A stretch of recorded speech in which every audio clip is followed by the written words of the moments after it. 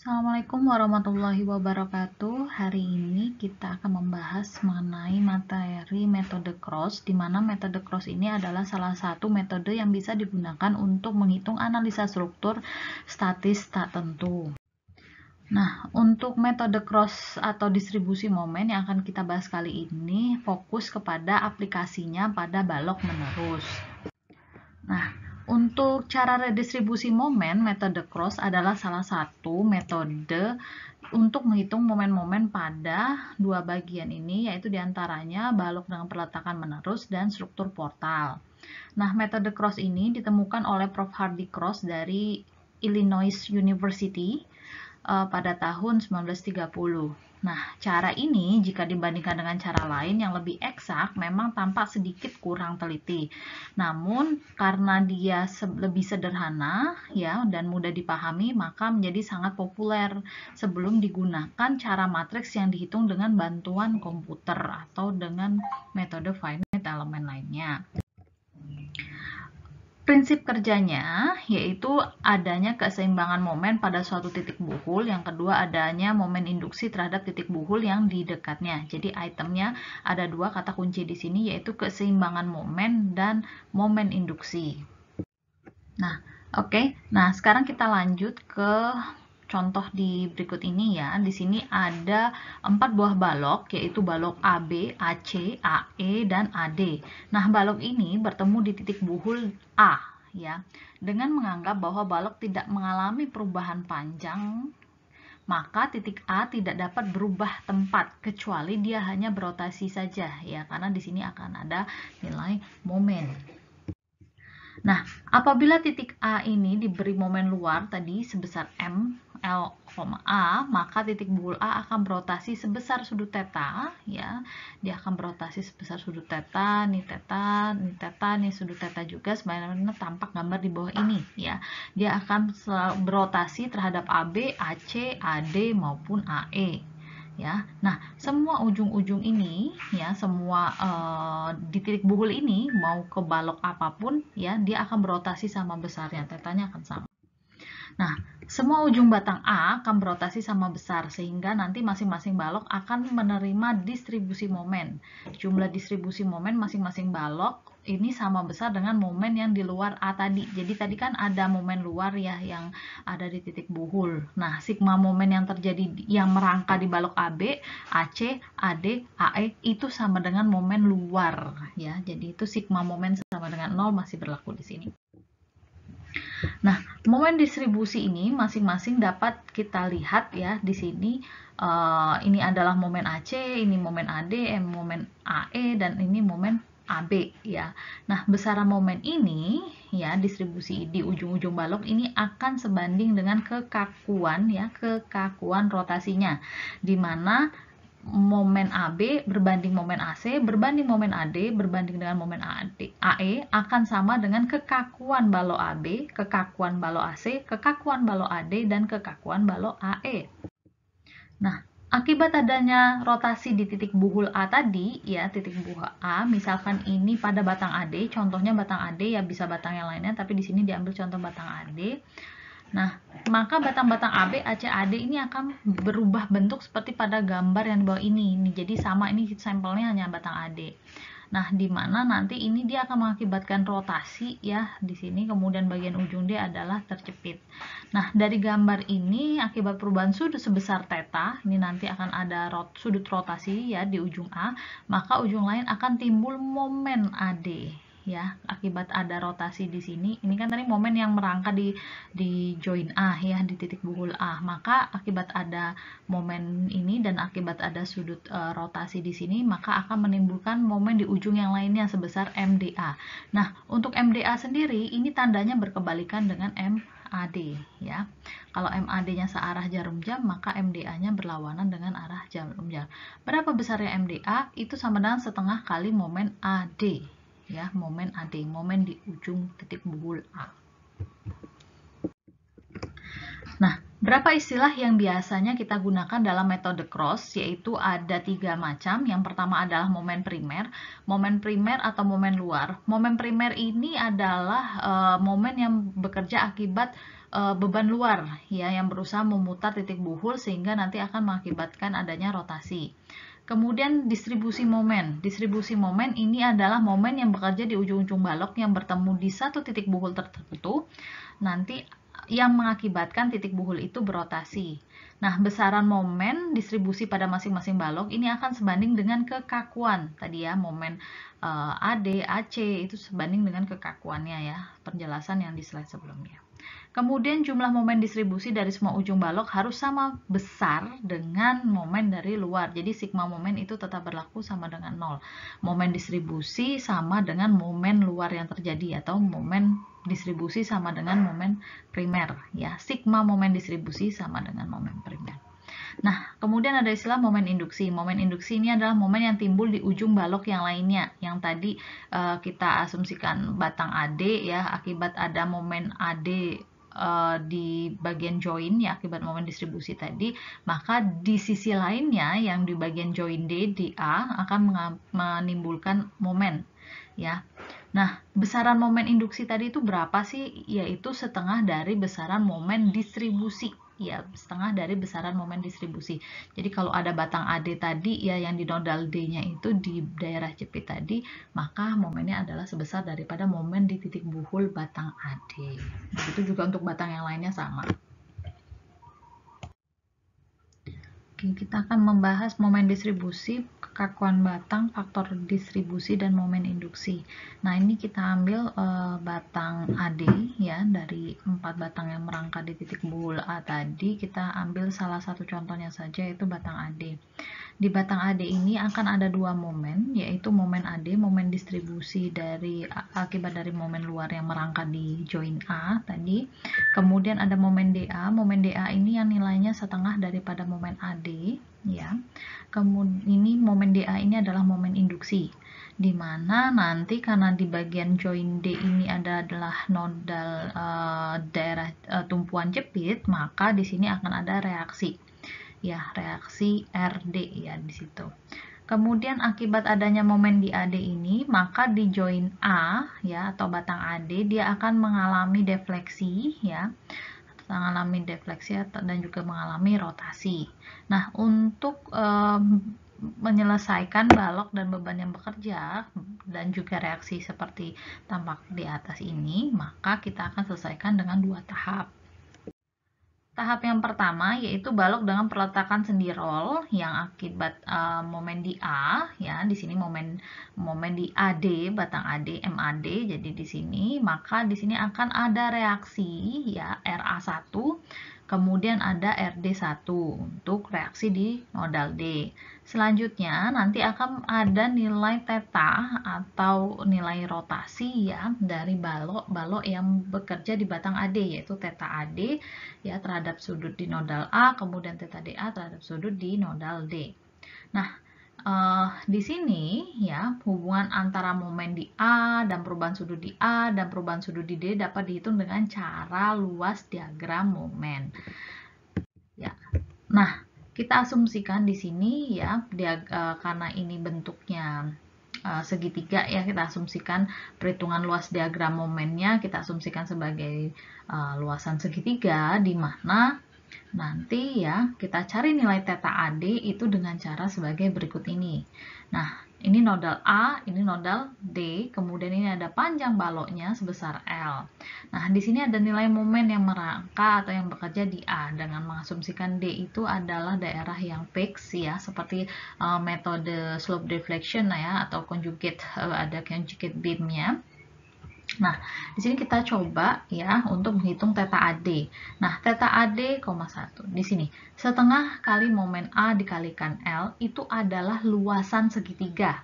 Ya, luas segitiga itu adalah setengah kali alas kali tinggi yang akan menjadi force bagian merah ini ya, menjadi suatu gaya ya, gaya yang bekerja di titik berat segitiga. Nah, pada mata kuliah mekanika bahan atau analisa tekanan bahan bahwa titik berat segitiga itu berada di jarak sepertiga L ya untuk daerah yang bersiku. Kemudian daerah yang lancip ini jaraknya adalah 2/3 L. Nah, Setengah kali MA kali L itu adalah gaya yang merah ini ya, dimana itu didapatkan dari luasan segitiga, yaitu setengah kali alasnya MA, tingginya L. Nah, kenapa ini dikalikan 2/3 L? Karena ini adalah lengannya ke sigma momen di D ya, di sini ke arah nodal D. Jadi di sini 2/3 L. Nah, kemudian dibagi dengan L dikalikan kekakuan nih, L kali E kali I. Nah, akan kita peroleh dari persamaan ini adalah MA kali L dibagi dengan 3EI. Selanjutnya, kita akan mencari rotasi ya di theta DA 1 di sini. Dengan menggunakan luasan segitiga yang sama di sini ya, setengah kali alas kali tinggi, setengah kali MA kali L ya, luasan ini untuk mendapatkan gaya force yang merah. Nah, lengannya sekarang ke A ya, lengannya sekarang ke A, bahwa ini bukan 2/3 lagi melainkan 1/3 L. Kemudian dibagi dengan bentang balok dikali kekakuannya LEI. Akan kita hasilkan nilai MA kali L dibagi dengan 6EI. Nah, selanjutnya ya, tahap kedua, balok dengan peletakan sendi roll dengan momen di D. Kalau tadi ya, theta AD1, theta DA1 itu sigma momennya atau bukan sigma momen, momennya berada di nodal A ya. Kalau sekarang yang tahap 2 momennya berada di nodal D ya, di MD ini.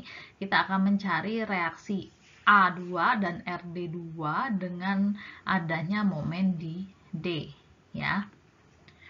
Nah, selanjutnya sama seperti yang tadi, ini nodal A, ini nodal D ya, ini nodal A, ini nodal D. Nah, untuk nodal A dan nodal D ini kita akan mencari lagi gaya AD2 ya. Sekali lagi bahwa ini setengah kali MD kali L itu adalah gaya merah ya, titik force atau luasan segitiga ya, luasan segitiga itu gayanya sebesar luasan segitiga ya. Nah, ini setengah kali momen D dikali L ya, dikalikan dengan karena ini batang theta AD ya, berarti dia ke nodal D ya, sigmanya nanti ke nodal D lengannya, berarti ini dikali 1/3 L. Nah, akan menghasilkan nilai MD dibagi L dibagi 6EI ya. Ini jangan lupa nilai kekakuannya. Kemudian theta DA berarti nanti lengannya ke arah nodal A. Nah, jarak dari force merah ini ke lengan A itu adalah 2/3 L.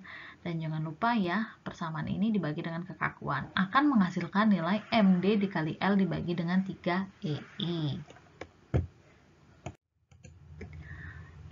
Tahap 1 dan tahap 2 tadi akan menghasilkan rotasi di D kembali menjadi 0. Nah, tahap 1 tadi kita mengasumsikan bahwa momennya bekerja di nodal A, sedangkan tahap 2 itu mengasumsikan bahwa momennya bekerja di nodal D.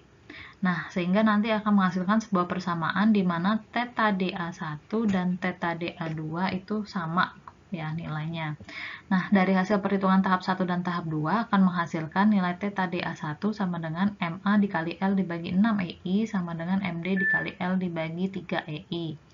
Nah, di mana nilai MA sendiri itu nanti akan sama dengan 2 kali MD. Ya, momen di nodal D. Momen di A sama dengan 2 kali momen di D. Atau momen di D sama dengan setengah kali momen di A. Oke, nah akibat adanya rotasi sebesar theta di A, maka akan timbul momen di ujung balok A, ya, di ujung balok A. Nah, dengan menggunakan persamaan theta AD sama dengan theta AD1 ditambah theta AD2. Nah, kenapa nilai theta AD-nya minus? Karena ini berlawanan ya, yang tadi akibat step 1, yang ini akibat dari step 2. Nah, kemudian dari hasil itu kita peroleh nilai sama dengan theta AD sama dengan 3 kali MA kali L dibagi dengan 12 EI. Oleh sebab itu, nanti akan setara dengan theta AD sama dengan 1/4 MA kali L dibagi EI, atau theta momen sama dengan theta AD dikali 4 EI dibagi dengan nilai L. Nah, ditinjau kembali titik buhul tempat bertemunya beberapa balok, yaitu balok AB, balok AC, balok AD, maupun balok AE. Ya. Nah, dari keempat balok ini masing-masing akan menimbulkan theta rotasi ya sebesar theta AB, theta AE, theta AD maupun theta AC. Nah, momen luar di titik buhul A, ya, titik buhul A mengakibatkan buhul berotasi sebesar sigma theta ini tadi. Akibat adanya apa? Momen luar di titik buhul A. Besar rotasi setiap batang masing-masing sama besarnya, sehingga nanti akan menghasilkan besaran momen di masing-masing ujung batang dengan masing-masing momen 1, momen 2, momen 3, maupun momen 4. Nah, masing-masing momen ini ya nanti akan menghasilkan nilai modulus elastisitas dan inersia maupun panjang bentang dari masing-masing balok ya. Nah, sehingga jumlah momen ujung pada semua batang akan sama dengan momen luarnya. Ya, momen 1, momen 2, momen 3 ditambah momen 4 akan sama dengan momen di luarnya. Nah, karena besar sudut sama dengan proporsi besarnya momen 1, momen 2, momen 3, dan momen 4, artinya besar sudut ini artinya adalah nilai theta ya. Dan ini nilai tersebut harus sebanding dengan nilai kekakuannya EI per L masing-masing batang, atau dapat ditulis menjadi persamaan ini, di mana momen 1 berbanding momen 2 berbanding momen 3 dan momen 4 akan menghasilkan nilai E1 I1 dibagi L1 berbanding dengan E2 dikali I2 dibagi L2 berbanding dengan E3 dikali I3 dibagi L3 berbanding dengan E4 dikali I4 dibagi dengan L4. Dengan kata lain bahwa nilai K adalah nilai kekakuan rotasi. Nah, nilai kekakuan rotasi itu setara dengan EI per L. Ya. Nah, besaran momen yang terjadi di ujung batang yang lainnya itu akan didapatkan nilai momen aksen 1, momen aksen 2, momen aksen 3, momen aksen 4 itu setengah daripada masing-masing nilai momennya tadi. Ya. Nah, apa yang dapat kita simpulkan dari penjelasan di depan bahwa momen luar yang bekerja pada satu titik buhul akan didistribusikan di setiap ujung batang yang bertemu pada titik buhul tersebut. Sesuai dengan prosesnya, momen-momen dari hasil pendistribusian disebut juga momen distribusi, ya. Nah, momen distribusi itu akibat apa tadi? Momen luar yang bekerja pada suatu titik buhul yang akan mendistribusikan nilainya di setiap ujung-ujung batangnya. Nah, akibat adanya momen distribusi pada suatu ujung batang, ujung lainnya pada batang tersebut akan menerima momen yang disebut dengan momen induksi. Berapa sih besar momen induksi? Momen induksi sama dengan setengah dari momen distribusi di ujung yang lainnya. Nah, kemudian jumlah semua momen distribusi sama dengan momen luar. Dan faktor distribusi pada masing-masing ujung batang besarnya sebanding dengan kekakuan rotasi masing-masing batang. Di mana rumus kekakuannya tadi adalah modulus elastisitas dikali dengan inersia momen dibagi dengan panjang betang. Atau K sama dengan EI per L. Dan momen induksi masing-masing batang besarnya sama dengan setengah dari momen distribusi. Momen induksi sama dengan setengah kali momen distribusi. Nah, keadaan khusus di sini apabila ujung batang yang jauh dari 0 dari titik buhul tidak terjepit, misalkan kalau tadi batang nodal B, C, D, dan E itu semuanya jepit. Nah, kalau di sini di kasus ini maka ada nodal D yang tumpuannya bukan jepit melainkan sebuah sendi ataupun sebuah roll, maka besar kekakuan batangnya akan berbeda, ya, akan berbeda dengan kekakuan yang jepit. Nah, dengan memperhatikan rumus pada uraian sebelumnya, di mana tadi ada dua step ya, step 1 dan step 2 yang merangkap pada balok AD, tadi misalkan balok AD, di mana step 1-nya itu akan menghasilkan theta AD1 sama dengan MA dikalikan L dibagi dengan 3EI, maka nilai MA itu akan setara dengan theta AD1 dikali 3EI per L. Maka nilai momen akan setara dengan theta AD dikalikan dengan K, kekakuan. Nah, kalau kekakuan tumpuan jepit itu nilainya tadi EI per L. Nah, sedangkan kekakuan untuk sendi itu K sama dengan 3 EI per L atau kekakuan sendi sama dengan 3/4-nya dari kekakuan jepit. Ya. Jadi kekakuan sendi itu nilainya 3/4 dari kekakuan jepit. Nah, momen induksi ujung-ujung batang tidak terjepit besarnya sama dengan 0. Penerapan teori distribusi momen pada balok dengan peletakan menerus. Nah, ditinjau balok 3 bentang dengan EI yang sama besarnya. Nah, dari masing-masing balok ini mempunyai nilai gaya, ya, ada point load di sini.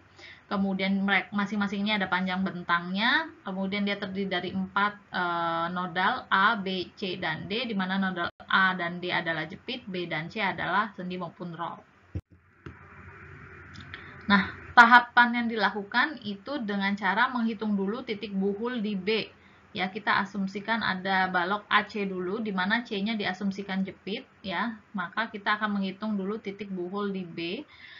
Dan dihitung kekakuan masing-masing batang yang bertemu di titik buhulnya B, di mana ada batang AB dan batang BC. Kekakuan itu adalah fungsi daripada EI per L. Nah, masing-masing ini nanti kalau mencari kekakuan balok BA atau balok BA ini, maka yang digunakan adalah modulus elastisitas balok BA dikalikan dengan inersia balok BA dibagi dengan panjang bentang balok BA. Sedangkan balok BC kekakuannya akan setara dengan modulus elastisitas balok BC dikalikan dengan inersia balok BC dibagi dengan panjang bentang balok BC. Kemudian dihitung faktor distribusi masing-masing batang yang bertemu di titik buhul B, di mana faktor distribusi untuk masing-masing batang itu adalah nilai kekakuan BA dibagi dengan kekakuan BA ditambah dengan kekakuan BC. Itu untuk faktor distribusi balok BA. Sedangkan faktor distribusi balok BC itu akan setara dengan kekakuan balok BC dibagi dengan kekakuan balok A, kekakuan balok AB atau BA ditambah dengan kekakuan BC. Ya, itu nilai faktor distribusi untuk masing-masing batang yang bertemu di titik buhul B. Dari sini kita akan menghitung momen luar atau momen primer, ya. Pada tahap ini masing-masing balok dianggap terjepit, ya, masing-masing balok dianggap terjepit pada kedua perletakannya.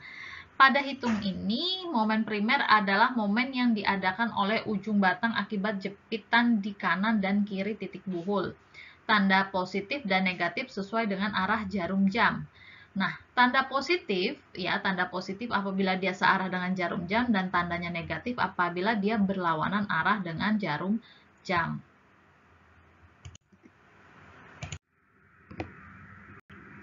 Nah, selanjutnya kita hitung momen distribusi di ujung batang yang bertemu di titik B, di mana momen distribusi itu adalah faktor tadi, faktor kekakuan dikalikan dengan momen di BA ditambah dengan momen di BC, dan juga momen D di balok BC itu akan setara dengan faktor kekakuannya tadi di balok BC ditambah dengan momen di balok A dan momen di balok B. Nah, MP di sini adalah momen primer, ya. Kalau MD adalah momen distribusi. Kemudian kita akan menghitung momen induksi. Di sini notasinya adalah MI, di mana MI ini adalah setengah daripada batang BA ataupun batang BC, ya. Momen di ujung-ujung balok yang lainnya.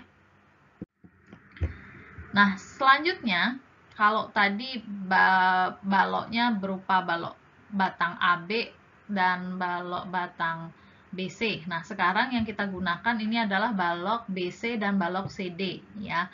Padahal tadi ada 3 bentang, ya, AB, BC, CD, dan ini kita bagi 2 section gitu. Nah, masing-masing balok ini akan kita hitung kekakuannya, dan lagi-lagi kekakuan EI per L-nya itu mengikuti balok yang akan kita hitung nilainya. Ada balok BC, di sini kekakuan balok BC, dan ini ada kekakuan balok CD. Untuk faktornya juga sama dengan yang titik buhul di B tadi, di mana faktor untuk balok CB itu kekakuan balok CB dibagi dengan KCB ditambah dengan KCD, dan ini juga berlaku yang sama untuk pembilangnya itu KCD. Nah, langkah yang selanjutnya juga sama dengan yang tadi, yaitu menghitung momen primer. Nah, momen primer ini seperti titik buhul di B, masing-masing di balok ini, balok BC, CD ini akan dianggap sebagai tumpuan yang terjepit pada kedua ujung perletakannya, di mana momen primer batang BC sudah dihitung pada tahap 1, ya. Nih, momen BC-nya di sini, momen negatif di B dan di C sudah dihitung, positif di C sudah dihitung dari tahap yang 1 tadi, sehingga ini tidak perlu dihitung lagi. Jadi kita tinggal menghitung momen yang terjadi terjadi di batang CD saja, dan dia akan searah dengan jarum jam, akan menghasilkan nilai positif. Jika dia berlawanan jarum jam akan menghasilkan nilai yang negatif. Nah, selanjutnya kita akan menghitung momen distribusi atau MD berdasarkan momen primer yang merangka di balok-balok. Di sini balok CB dan balok CD. Nah, untuk momen yang merangka di balok CB, ini momen distribusi di balok CB, ini ada momen primer CB dan momen primer dari CD. Kemudian dikalikan dengan faktornya. Begitu juga dengan momen di DC. Nah, untuk momen induksi, ini nilainya setengah daripada momen distribusi, ya. Kalau momen induksi di BC berarti setengah dari momen distribusi di CB. Begitu juga momen di DC. Nah, selanjutnya ini diulang ya, titik buhul B di putaran kedua. Pada ulangan ini sebagai momen luar atau momen primer itu adalah momen induksi dari hitungan langkah 2. Karena pada langkah 1 titik buhul B sudah seimbang. Nah, untuk sebab itu kita akan menghitung ya kekakuan masing-masing batang yang bertemu di titik B, kemudian dihitung faktor distribusi masing-masing batang yang bertemu di titik B ya. Ini faktor distribusi dan kekakuan yang baru. Nah, di sini kita akan menghitung momen luar, momen induksi dari langkah 2 ya, di mana momen induksi ini dari langkah 2 itu akan kita peroleh nilainya momen primer BC itu akan setara dengan momen induksi BC, itu adalah nilai setengah dari momen di CB ya. Dan kita akan menghitung momen distribusi di ujung batang yang bertemu di titik buhul B dan momen induksi yang bekerja di batang lainnya yang bertemu di titik buhul B. Nah, keterangannya hitung nomor 1 sampai 3 itu sudah dihitung pada langkah 1, sehingga hanya kita hitung nomor 4 dan 5 saja yang akan kita lakukan. Untuk titik buhul di C untuk pengulangan di putaran kedua ini sebagai momen luar atau momen primer, ini adalah momen induksi dari hitungan langkah untuk langkah 3. Karena pada langkah 1 dan 2 titik buhul C itu sudah seimbang. Nah, dihitung kekakuan masing-masing dan kemudian faktor distribusi yang merangka di batang BC. Di nodal C. Untuk langkah ketiga ini adalah menghitung momen luar dan momen distribusi dan momen induksi ya, dimana nanti momen primer itu sama dengan momen induksi sama dengan setengah kali momen distribusi di balok BC. Nah, untuk langkah ke-5 dan ke-6 untuk hitung titik buhul di B dan C untuk putaran ketiganya dilakukan berulang-ulang sampai momen induksinya kecil. Makin banyak ulangannya, hasil hitungannya akan semakin teliti. Nah, proses hitungan pada tahap akhir ini adalah penjumlahan dari semua momen yang ada, baik itu momen luar, momen distribusi, dan momen induksi pada masing-masing batang yang dijumlahkan. Di mana misalkan di sini adalah balok momen BC sama dengan momen primer BC dari langkah 1 ditambah momen distribusi BC dari langkah 1 ditambah dengan momen induksi balok BC pada langkah 2 dan momen induksi BC dari langkah 3 ditambah dengan momen BC dari langkah kesekian. Jadi semakin banyak langkahnya itu semakin nilainya semakin betul ya, koreksinya nilainya semakin kecil. Nah, untuk analisa struktur dengan metode cross ini, kita akan menggunakan momen primer, fix and moment yang ada di metode slope deflection juga, ya, dan itu tergantung dari bebannya, apakah dia point load, apakah dia berbagi merata, ataukah point loadnya di tengah bentang atau tidak, dan sebagainya, tumpuannya sendikah, jepitkah, dan sebagainya. Ini masing-masing ada nilai momen primernya. Nah, ini juga untuk lanjutan daripada momen primer yang bekerja di balok ya, berdasarkan tumpuannya apakah dia jepit, sendi, dan sebagainya. Nah, dengan langkahnya ini kita bisa simpulkan bahwa hitung nilai kekakuan lentur yang terjadi di setiap balok. Apakah dia termasuk dalam tumpuan jepit-jepit, apakah dia termasuk dengan tumpuan jepit sendi. Yang kedua, nanti kita hitung koefisien distribusi pada balok yang dihitung berdasarkan mu sama dengan KI dibagi dengan sigma KI. Kita akan buat sebuah tabel cross namanya di sini, dan kita akan melakukan distribusi momen dengan langkah-langkah sebagai berikut, yaitu dengan menghitung terlebih dahulu resultan momen, yaitu momen tak imbang setiap titik kumpul, kemudian akan kita distribusikan momen tak seimbang tersebut sebanding dengan koefisien distribusi balok pada masing-masing cabang di titik kumpul yang akan kita gunakan faktor kekakuannya ya. Nah, induksikan momen hasil distribusi di atas pada ujung berseberangan, kemudian akan kita hitung resultan momen akibat distribusi dan induksi di atas, kemudian didistribusikan kembali sesuai dengan koefisien distribusi pada masing-masing cabang titik kumpul. Ulangi langkah di atas, step C dan D, sampai resultan momennya sama dengan 0 atau relatif kecil, atau sampai momen tak seimbangnya relatif sama dengan 0. Nah, langkah yang keempat ini yaitu menjumlahkan momen pada setiap ujung balok, dan hasil penjumlahan tersebut merupakan momen ujung dari setiap balok yang bekerja. Nah, untuk analisis free body diagram ini dilakukan untuk menghitung reaksi perletakan akibat beban luar dan momen ujung pada setiap balok yang ada, yaitu dengan dinyatakan struktur dalam bentuk batang-batang yang bebas atau free body dengan beban dan momen yang bekerja pada batang tersebut. Nanti kita akan menghitung besarnya reaksi perletakan di setiap ujung balok yang berupa beban luar dan momen ujung yang telah diperoleh, dan kita jumlahkan semua hasil perhitungan langkah 2 untuk memperoleh besarnya reaksi perletakan total. Dan yang terakhir adalah menggambarkan SFD, BMD, dan NFD dengan menggunakan data-data yang telah diperoleh dari hitungan step 1 dan step 2 ya, dari metode analisis cross, distribusi momen dan induksinya, kemudian analisis free body-nya. Nah, kita akan mendapatkan juga momen maksimum yang terjadi pada setiap balok, berapa gaya lintang maksimum yang terjadi pada setiap balok, dan terakhir adalah menggambarkan dalam bentuk diagramnya. Oke, sekian untuk penjelasan mengenai bagaimana caranya menghitung dengan metode cross ya. Saya akhiri. Assalamualaikum warahmatullahi wabarakatuh.